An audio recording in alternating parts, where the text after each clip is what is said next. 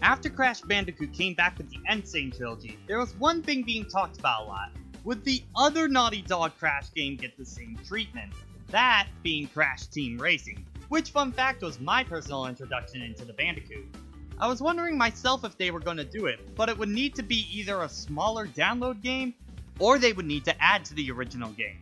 Well, we got our answer at the Game Awards 2018 when Crash Team Racing Nitro-Fueled was revealed. And for the record, I'm just going to call it either CTR or Nitro-Fueled for the rest of this video.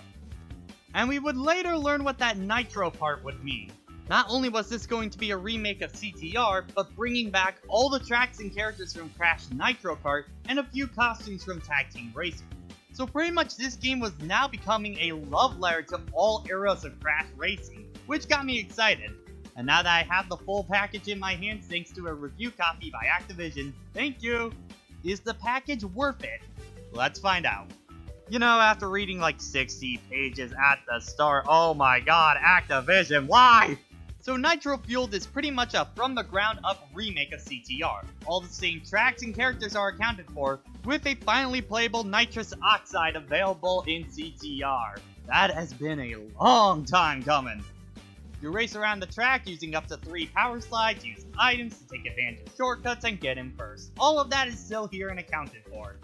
But it does have a few new bells and whistles. As stated before, Nitro Kart tracks and characters are now here, and use the mechanics of CTR, and I gotta say, the track layouts in Nitro Kart work really well with CTR's mechanics, and they're all welcomed, honestly.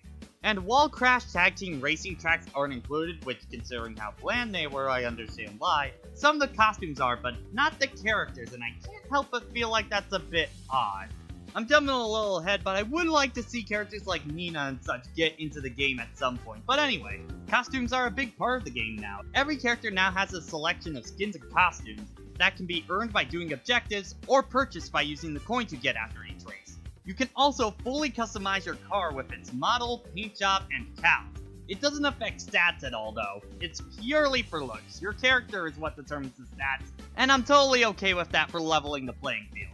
But I love the customization and skins. It's great to mix and match stuff, and with the costumes, there's a ton of fun callbacks or great ideas to them. Like, I love that Ripperoo now has his Crash 2 costume, or just bizarre ones like General Tiny. This one cracks me up. And even better, all the special costumes have their own victory animations, which I love this kind of stuff. And if you're playing this on the PS4, you get retro Crash, Cortex, and Coco skins, which you know I'm all for this kind of stuff. But in general, I love the sense of charm that this game has. Insane had it for sure, but I think Spyro pushed it to the next level, and it's carried over in CTR. In the original PS1, things were kind of simple because, well, it was a PS1 racing game. There was only so much it could have done. But now the game has been brought to life much more. Characters' personalities shine through more, mainly in the boss cutscenes, which got a massive upgrade over them just standing in their car. And are now more proper character introductions, which is fantastic. And the victory animations, oh my gosh, I love these. The Fantasy Coco faking choking on a poison apple is what did it to me. And there's way more where that comes. See them all for yourself, it's great. Also, fan service is all over this game. If you needed any proof of that, you can only get Penta Penguin by using the cheat code still. And he still says Yay Penguin line 1. Yay Penguin, I won! It's beautiful. Even the title screen is full of charm. Remember how Crash had that one grin the entire time? Yeah, now his jaw gets tired out from holding it out so long. Please, more of this stuff. I live for this kind of detail. And also, as soon as I saw that intro, major nostalgia kicked in, I'm not gonna lie. Speaking of the presentation, graphically, my goodness, the game looks incredible. They took a lot of creative liberties with the tracks, and I think all for the better. Each of them feel way more fleshed out, and feel like they take a part in Crash's world. Like, compare Papu Papu's temple from the original game to Nitro-Fueled. It's a night and day difference. And all the character models and animations fit right into the Insane Trilogy and blend together so perfectly. And the soundtrack is fantastic stuff, and much more pronounced than the original. Though if you would like, the original music is still in the game too, and the sound effects are super crunchy and have lots of great impact to them. It's awesome stuff. Now, one thing I should bring up because you're probably going to notice it too, there's definitely an adjustment period. We're talking about a racing game back from the 90s being remade. and if you're expecting it to control like Mario Kart 8 or Team Sonic Racing, don't. It honestly did take quite a few races to get the hang of things again, especially in the drifting. I can't say why, but it just didn't click at first. But after a few races, it should start to come together. But once it does, CTR controls great. It's sharp, responsive, and controlling your speed with multiple jumps, shortcuts, and drifts feels incredible. Also, like, please get 10 Wampa Fruit. Like, I know in Mario Kart you're supposed to go for the coins if you like, but like, no. Get the 10 Wampa Fruits. You're faster and your power-ups get way better. It's just vital. Though coming back to something like this, it's nice that the items and such don't feel very overpowered compared to some other kart racers now, and most of the race is determined by skill, but items can still take an impact. It's a good middle ground between pure racing and complete chaos. Adventure mode is pretty much the same as before. Nitrous Oxide comes to Earth, threatens to turn the planet into a parking lot and enslave everyone, so the fastest racer must fight him. You compete in standard races, boss races, time trials, CTR challenges, and purple gem challenges. It's almost one-to-one the same as the original, so everything you both love and hated is back. Like the boss races actually being really fun and the purple gem collection still absolutely sucking. You will never get me to like this mode, I'm sorry, not for me.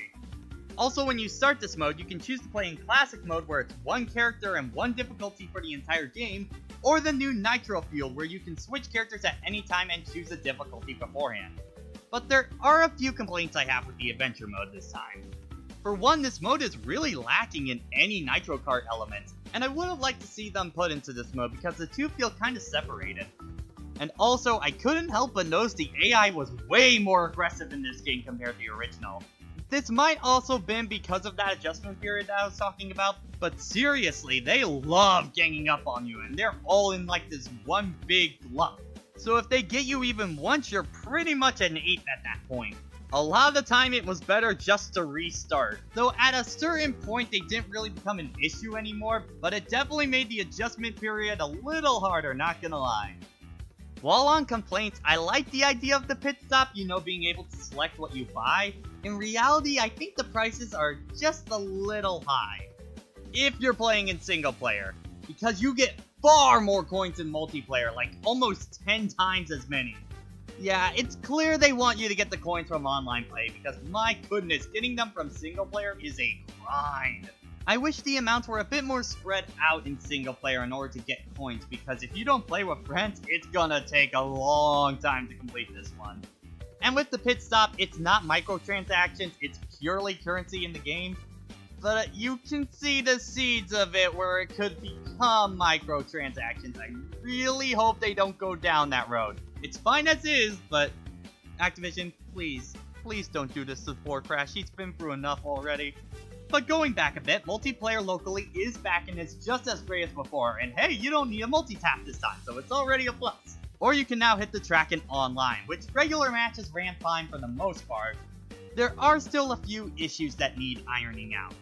Like being able to switch between battle and race without having to make a new lobby. Also being able to maybe make Grand Prix, or randomly being able to select a track, because having to pick the track every single time in a private match got annoying.